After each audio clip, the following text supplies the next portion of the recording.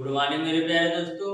स्वागत करते हैं आप सभी का आपके अपने YouTube channel OD study point में। तो प्यारे दोस्तों, आज की क्लास में हम लोग सॉल्व करेंगे मैथमेटिक्स के most important top 10 question. Dear student, 8 top 10 question में ऐसे क्वेश्चन आपको सॉल्व कराने वाला हूं जिसमें आपको 10 क्वेश्चन के माध्यम से आपको 10 कॉन्सेप्ट बिल्कुल शानदार तरीके से सीखने को मिलेंगे। और जितने भी क्वेश्चन मैं आपको सॉल्व कराने वाला हूं, टोटल क्वेश्चन आपके एग्जामिनेशन में पूछे गए क्वेश्चन होंगे। बहुत ही बेहतरीन तरीके से प्रत्येक क्वेश्चन के कॉन्सेप्ट को आपको समझाने वाला हूं। इस तरीके से डियर स्टूडेंट मैं आपको 10 क्वेश्चन के माध्यम से 10 कॉन्सेप्ट बताने वाला हूं कि आपके एग्जामिनेशन में इस कॉन्सेप्ट पर बेस यदि आपसे एग्जामिनर किसी भी तरीके से क्वेश्चन पूछ लेगा तो आपसे छूटेगा नहीं। तो बहुत ही बेहतरीन तरीके से हम लोग 10 क्वेश्चन का सॉल्यूशन करने वाले हैं। वो भी अति महत्वपूर्ण क्वेश्चन है जो आपके पॉलिटेक्निक अथवा आईईआरटी एंट्रेंस एग्जाम में पूछे गए क्वेश्चन है।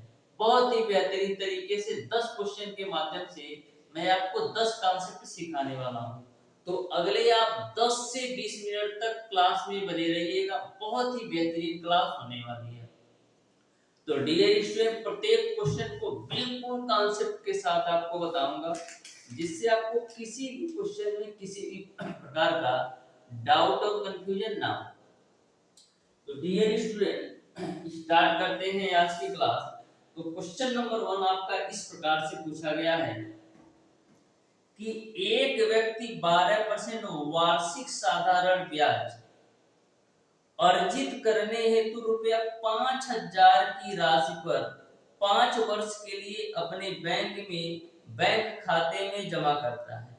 5 वर्ष बाद उसे मिलने वाला मिश्र धन कितना होगा, ये आपको बताना है। एक कोई व्यक्ति है जो कि 12% वार्षिक साधारण ब्याज की दर से रुपया 5,000 को 5 वर्ष के लिए जमा करता है, तो 5 वर्ष बाद उसे कितना मिश्र धन के रूप में मिलेगा, ये आपको बताना है। जो आपका ये क्वेश्चन है साधारण ब्याज का क्वेश्चन है, तो बिल्कुल सिंपल सा क्वेश्चन है, ध्यान से देखिएगा। आपको पता है डियर स्टूडेंट कि साधारण ब्याज वाले क्वेश्चन में यदि आपको मिश्र धन निकालना होता तो कैसे निकालते हो? तो मिश्र धन बराबर आपका होता है डियर स्टूडेंट मूलधन प्लस का आपका होता है साधारण ब्याज। तो मूलधन की वैल्यू इन्होंने दे रखा है 5,000 रुपया। साधारण ब्याज कैसे निकालोगे? मूलधन गुणे दर गुणे समय बटा 100। तो मूलधन की वैल्यू आपका हो गया 5,000, दर की वैल्यू आपका 12%, समय की वैल्यू 5 साल डिवाइडेड बाय 100। इसी को कैलकुलेट कर दो। 00 से 00 95, तो यहां से आपको मिल जाएगा 5,000 प्लस का 50, 12 × 60 होता है और 60 का गुणा 50 में करोगे तो आपको मिल जाएगा 3,000। तो 5 3 कितना हो गया 8,000, यानी 5 साल जो उसका मिश्र धन हो जाएगा वो आपका 8,000 होगा। यानी क्वेश्चन नंबर 1 का डियर स्टूडेंट आपका ऑप्शन नंबर बी सही हो जाएगा। बिल्कुल सिंपल कॉन्सेप्ट है जो कि साधारण ब्याज से पूछा गया क्वेश्चन था। बढ़ते हैं हम डियर स्टूडेंट क्वेश्चन नंबर 2 की तरफ। प्रत्येक क्वेश्चन को बिल्कुल कॉन्सेप्ट के साथ आपको बताऊंगा जिससे आपको किसी भी प्रकार का डाउट और कंफ्यूजन ना हो। तो क्वेश्चन नंबर 2 को भी आप बिल्कुल ध्यान से समझिएगा कि कैसे सॉल्व करना है। तो क्वेश्चन नंबर 2 आपका है कि किसी वस्तु को रुपया 350 में बेचे जाने पर उस वस्तु को 340 में बेचे जाने की तुलना में 5% अधिक लाभ होता है। उस वस्तु का क्रय मूल्य बताइए। यानी कि कोई एक आपकी वस्तु है जिसको हम यदि 340 के बजाय 350 रुपए में बेचते हैं तो हमको 5% का ज्यादा लाभ होता है। तो वस्तु का क्रय मूल्य बताना है। तो यदि हम 340 रुपए में बिकने वाली वस्तु को 350 रुपए में बेचते हैं तो हमको 5% का अधिक लाभ होता है। तो आपको वस्तु का क्रय मूल्य बताना है। तो सबसे पहले आपको ये सोचना है कि 5% का लाभ क्यों हो रहा है। 5% का अधिक लाभ इसलिए हो रहा है डियर स्टूडेंट, क्योंकि हम 340 वाली वस्तु को 350 में बेच रहे हैं, यानी कि हमारा 10 रुपए की वजह से 5% का लाभ हो रहा है। 5% का लाभ क्यों हो रहा है? ये 10 रुपए की वजह से हमको 5% का लाभ हो रहा है, क्योंकि हम 340 वाली वस्तु को 350 में बेच रहे हैं। तो यहाँ से आप 1% की वैल्यू निकालो, तो 5 गुना 10 यानी 1% की जो वैल्यू होगी वो आपको मिल जाएगा 2 रुपया। तो 100% की वैल्यू कितनी आ जाएगी? 200 रुपया। बिल्कुल सिंपल सा क्वेश्चन। बस अपने दिमाग को बिल्कुल बेहतरीन तरीके से डील करो, बहुत ही बेहतरीन तरीके से ऐसे क्वेश्चन को मैक्सिमम 2 सेकंड में सॉल्व कर जाओगे। लेकिन यदि कॉन्सेप्ट पता होगा तो इस तरीके से क्वेश्चन नंबर 2 का ऑप्शन नंबर बी सही हो जाएगा। बढ़ते हैं हम क्वेश्चन नंबर 3 की तरफ। ध्यान से समझिएगा, प्रत्येक क्वेश्चन आपको एक नया कॉन्सेप्ट सिखाकर जाएगा और इस तरीके से प्रत्येक क्वेश्चन बताऊंगा कि मैक्सिमम आप 5 सेकंड के अंदर 60% क्वेश्चन एग्जाम हॉल में हल करके जाओगे। तो क्वेश्चन नंबर 3 आपका है, एक संख्या x को जब हम 7 से विभाजित करते हैं तो एक शेषफल बचता है, और यदि एक संख्या y को 7 से विभाजित करने पर 2 शेषफल आता है, तो x प्लस y को यदि हम 7 से विभाजित करेंगे तो कितना शेषफल आएगा, ये आपको बताना है। क्वेश्चन में ऐसा बोला जा रहा है, यदि आपकी कोई एक संख्या है, यदि हम उसको 7 से विभाजित करते हैं तो हमारा शेषफल 1 आता है। एक संख्या कोई y है, यदि हम उसको 7 से विभाजित करते हैं तो शेषफल हमारा 2 आता है। तो x प्लस y को 7 से विभाजित करने पर कितना शेषफल आएगा? तो बिल्कुल सिंपल सी बात है डियर स्टूडेंट, x को हम 7 से विभाजित करते हैं तो शेषफल 1 आता है, यानी कि x की जो वैल्यू होगी कहीं ना कहीं 8 होगी, तभी तो हम 7 से विभाजित करेंगे तो शेषफल 1 आएगा। वहीं पर हम y की बात करेंगे तो बोला है कि y को 7 से विभाजित करते हैं तो शेषफल 2 आता है, यानी कि हम y की वैल्यू 9 ले सकते हैं। जब हम 9 को 7 से विभाजित करेंगे तो शेषफल हमारा कितना आएगा? 2 आएगा, यानी कि y की वैल्यू 9 आपकी हो जाएगी।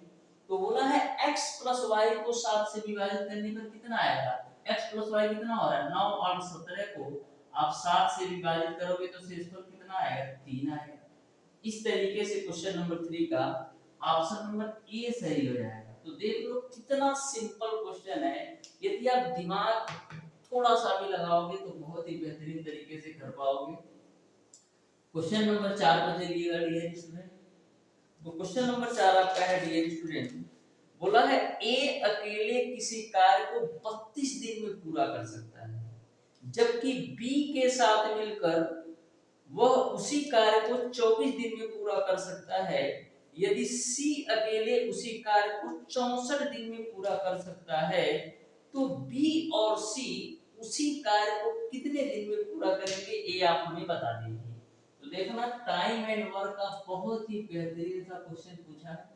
बोला है ए किसी कार्य को 32 दिन में, लो भैया ए जो है किसी कार्य को 32 दिन में करता है। कितने दिन में?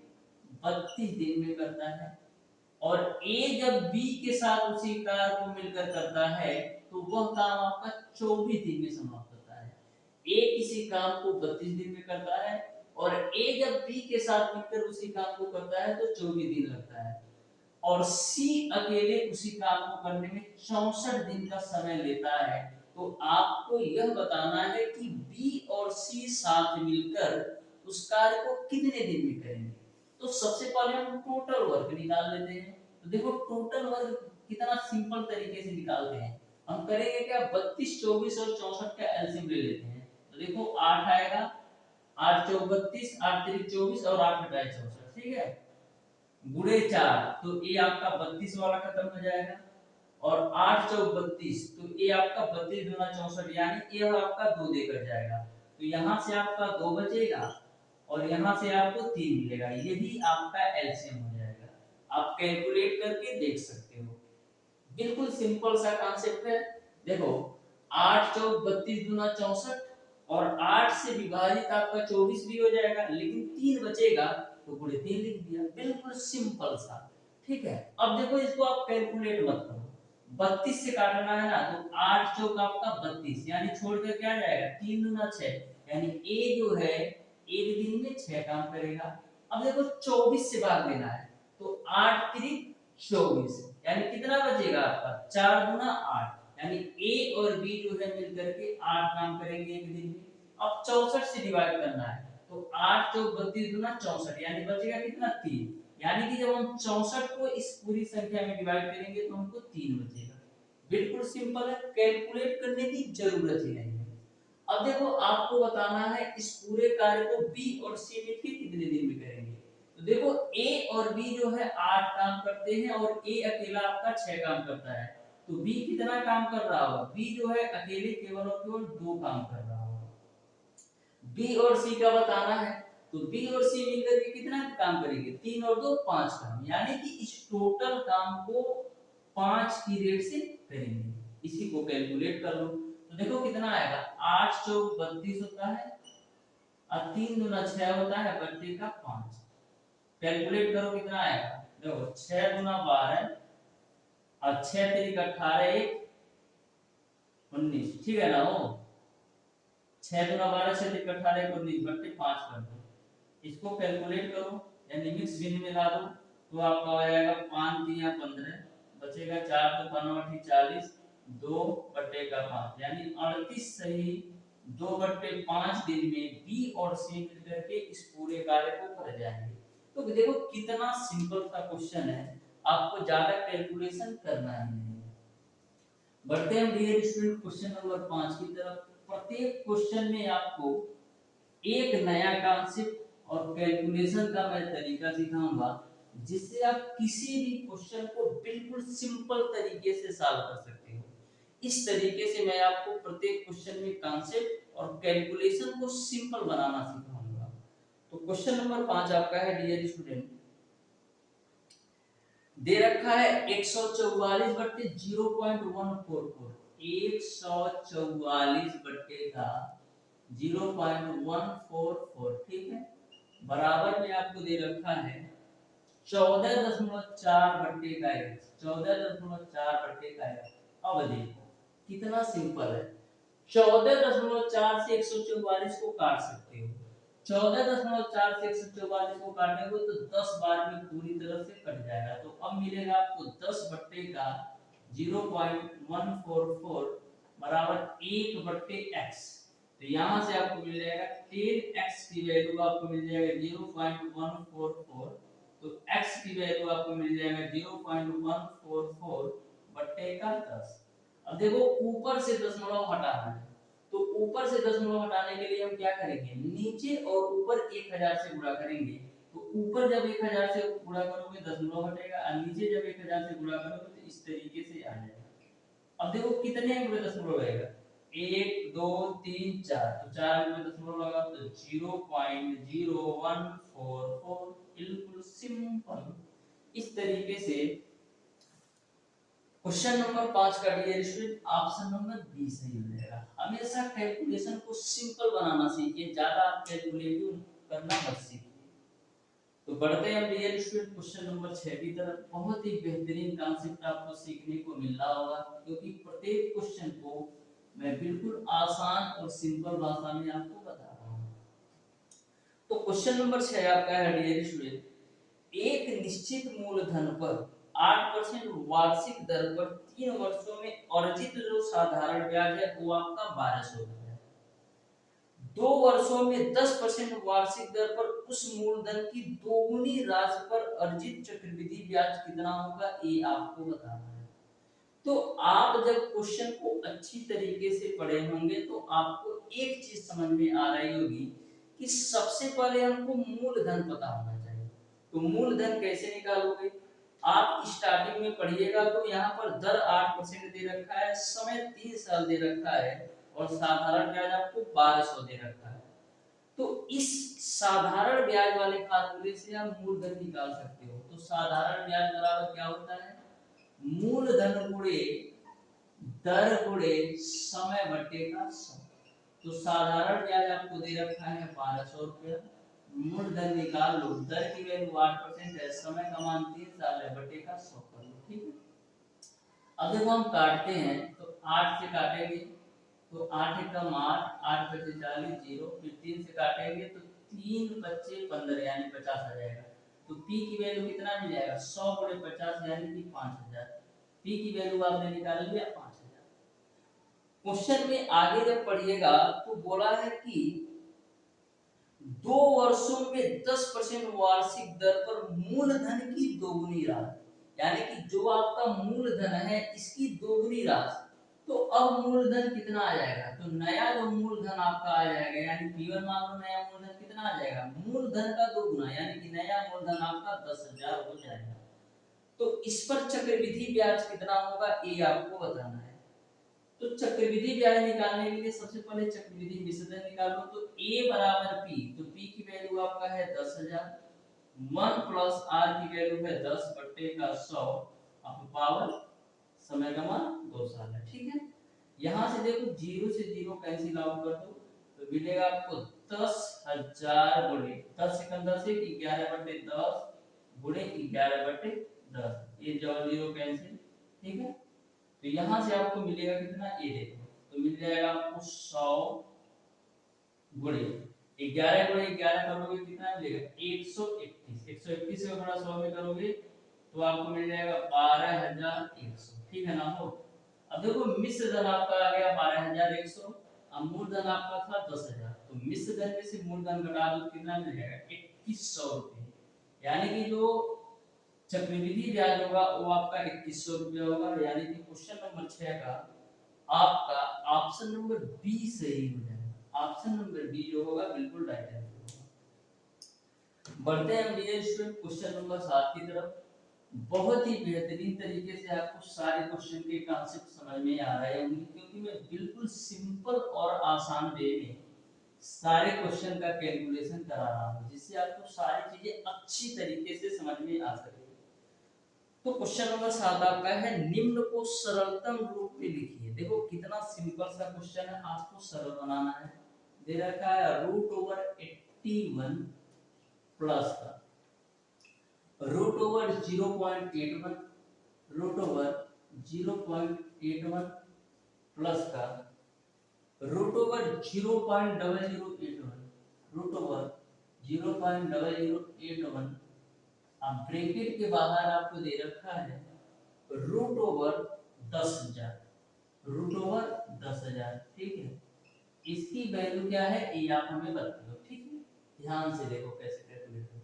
81 का वर्गमूल निकालोगे तो 9 मिलेगा प्लस 0.81 0.81 का वर्गमूल निकालोगे तो आपको मिलेगा 0.9। कैसे देखो 9 का यदि वर्ग करोगे तो 81 होगा और 2 अंक में दशमलव लगाओगे यानी कि 0.81 हो जाएगा। उसी प्रकार से 0.0081 का यदि आप वर्गमूल निकालोगे तो आपको 0.09 मिलेगा, क्योंकि इसका यदि आप स्क्वायर करोगे तो 4 अंक पे दशमलव रहेगा तो आपका 81 होगा, लेकिन इसका वर्गमूल निकालोगे तो 0.09 मिलेगा। अब देखो 10,000 का वर्गमूल निकालोगे तो 100 मिल जाएगा, इसको आप ऐड कर दो तो 9 0.09 को ऐड करोगे तो 9.99 मिलेगा, गुणे 100 करोगे तो 999 मिल जाएगा। ठीक है, इस तरीके से डिविजन क्वेश्चन नंबर 7 का ऑप्शन नंबर बी सही हो जाएगा। बिल्कुल सिंपल, हमेशा ध्यान में रखिएगा कैलकुलेशन को सिंपल बनाने का प्रयास कीजिए। ये नहीं कि गुणा किए जा रहे हैं भाग किए जा रहे हैं और कैलकुलेशन काफी लेंथी हो जा रहा है। इससे होगा क्या, आप कम समय में मैक्सिमम क्वेश्चन सॉल्व कर पाओगे यदि आप कैलकुलेशन को सिंपल तरीके से करते जाओगे। तो क्वेश्चन नंबर 8 को आप ध्यान से देखिएगा। बोला यदि 9x और x और 49 समानुपात में है तो x का मान ज्ञात करो। 9x और x और 49 समानुपात में है तो x का मान बताओ। इस तरीके से दे रखा है 9 है x है और 49 है, समानुपात में है तो x का मान बताओ। समानुपात का मतलब क्या है, कि जो आपका अनुपात 9 से x से है वो बराबर है x का 49 से, यानी कि हम इसको इस तरीके से लिख सकते हैं 9 अनुपात x समानुपात x अनुपात 49। तो ये आपका हो जाएगा 9 बट्टे x बराबर x बट्टे का 49। तो ये आपको मिल जाएगा x स्क्वायर बराबर 49 गुणे का 9। तो x की वैल्यू कैसे निकालोगे, 49 का 49 से 1 निकालोगे तो 7 देगा, 9 से 1 निकालोगे तो 3 देगा, यानी x की वैल्यू 21 मिल जाएगी। तो बिल्कुल सिंपल तरीके से मैंने इसको भी बता दिया, यानी कि क्वेश्चन नंबर 8 का जो राइट आंसर होगा वो आपका ऑप्शन नंबर बी सही है। क्वेश्चन नंबर 9 को आप ध्यान से देखो। उसके बाद से जो आपका क्वेश्चन नंबर 10 है वो आपका चक्रवृद्धि ब्याज से क्वेश्चन है, उसको आप लोग कैलकुलेट करिए। तो क्वेश्चन नंबर 9 को मैं सॉल्व कराऊंगा और क्वेश्चन नंबर 10 आप लोग सॉल्व करके बताइएगा कौन सा ऑप्शन सही होगा। तो क्वेश्चन नंबर 9 आपका है, यदि एक सीट बनाने के लिए 18 गुणे 25 सेंटीमीटर के आकार वाले कागज की आवश्यकता होती है, यानी कोई एक सीट तैयार करने के लिए 18 सेंटीमीटर गुणे 25 सेंटीमीटर के कागज की आवश्यकता होती है। तो आपको बताना है कि 72 गुणे 48 सेंटीमीटर आकार वाले कागज में कितने सीट बनाए जाएंगे। तो सीटों की संख्या कैसे निकालोगे, तो सीटों की संख्या निकालने के लिए आप करोगे क्या, जो आपका बड़े आकार का कागज का टुकड़ा है, यानी कि जो आपका टुकड़ा 72 गुणे 48 वाला है, उसमें आप एक सीट के एरिया से भाग दे दो। तो सबसे बड़े वाले कागज के जो टुकड़े का आकार है वो आपका कितना है, वो आपका है 72 गुणे 48 सेंटीमीटर। तो 72 गुणे 48 सेंटीमीटर ये आपका बड़े आकार के कागज का टुकड़ा है। आपको बताना है कितने सीट बनाए जाएंगे। तो इसमें हम एक सीट के एरिया से भाग दे देते हैं। तो एक सीट का जो एरिया दे रखा है वो आपको दे रखा है 18 गुणे 12।